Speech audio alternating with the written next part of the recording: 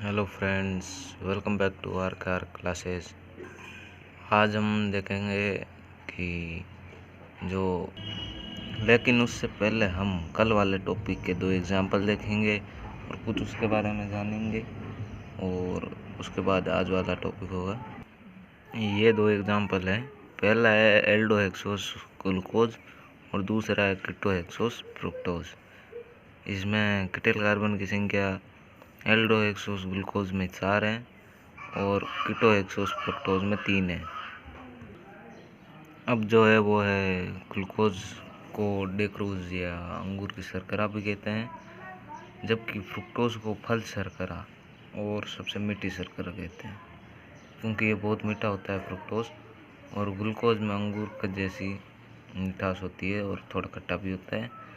Carbohydrate को saccharide भी कहते हैं, जिसका अर्थ होता है बहुत मीठे स्वाद वाले, अर्थात कार्बोहाइड्रेट बहुत ही मीठे होते हैं, उनका स्वाद मीठा होता है, इसलिए इनको सैकराइड कहते हैं। अब आगे पढ़ेंगे अपचायक और अनपचायक शर्कराएं, जो इस प्रकार है।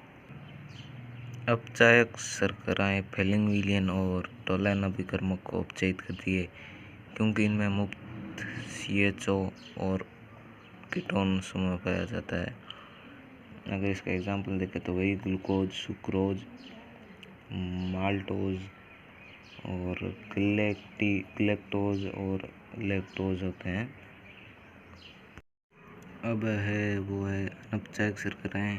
ये फेलिंग-विलियन व टोलैन अभिकर्मक को अपचयित नहीं करती है, और इनमें जो मुक्त CHO और कीटोन समूह पाया जाता है वो भी नहीं पाया जाता है।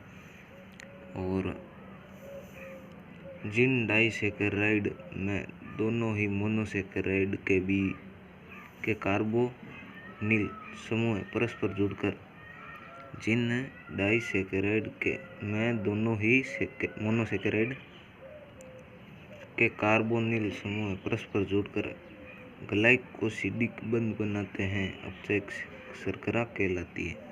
एग्जाम्पल के लिए सुक्रोज। अब अगला टॉपिक जो है वो है ग्लूकोज, जिसमें हम ग्लूकोज की संरचना, इसके निर्माण की विधियाँ और ये संरचना किस आधार पर बनाई गई वो आदि पढ़ेंगे। तो चलो पहले ग्लूकोज की विरेचन या निर्माण की विधियाँ पढ़ते हैं। जब ग्लूकोज की क्रिया ग्लूकोज के निर्माण की ये है सुक्रोज या इक्सु शर्करा से अभिक्रिया करवाने पर ग्लूकोज बनता है।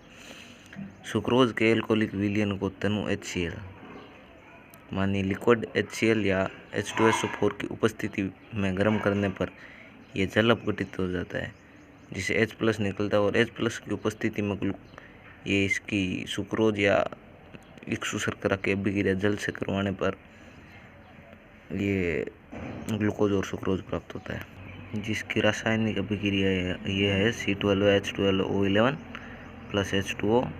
H+ की उपस्थिति में इसकी अभिक्रिया करवाएंगे तो ये होगा C6H12O6 के 2 अणु बनेंगे, जिनमें से एक ग्लूकोज और एक सुक्रोज होगा।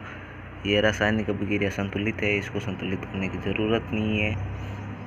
और इसके आगे हम पढ़ेंगे स्टार्च से ग्लूकोज के निर्माण की औद्योगिक विधि, मतलब बहुत बड़ी मात्रा में ग्लूकोज का उत्पादन कैसे होता है उद्योगों में। यह है स्टार्च से ग्लूकोज निर्माण की औद्योगिक विधि, जिसमें C6H10O5 ये स्टार्च है, और इसमें N जल के अणु H+ की उपस्थिति में 293 केल्विन ताप पर और 2 से 3 एटमॉस्फेयर दाब पर अगर इसकी अभिक्रिया करवाई जाए तो N ग्लूकोज के अणु प्राप्त होंगे। मतलब जितने जल के अणु होंगे उतने ही ग्लूकोज के अणु मिलेंगे। इसके बाद हम देखेंगे ग्लूकोज की संरचना किस प्रकार होती है।